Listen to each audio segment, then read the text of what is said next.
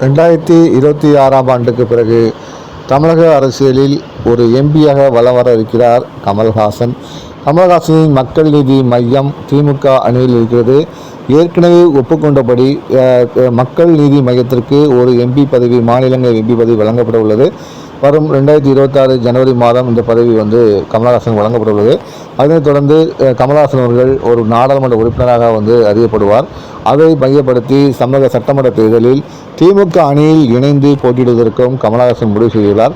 அந்த வகையில் திமுக கூட்டணியில் கமல்ஹாசனுக்கு 4 முதல் 5 இடங்கள் ஒதுக்கப்படலாம் என்ற ஒரு தகவலும் தற்போது வெளியாக இருக்கிறது.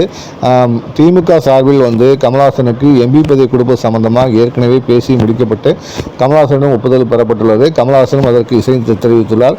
ஏற்கனவே கடந்த நாடாளுமன்ற தேர்தலின் போது கமல்ஹாசனுக்கு இந்த நியமன பதவி வழங்குவதற்கான கையெழுத்து விட்டு பத்திரிகையாளர்கள் மத்தியில் கமல்ஹாசன் காண்பித்தார். அது எல்லாருக்கும் தெரியும்.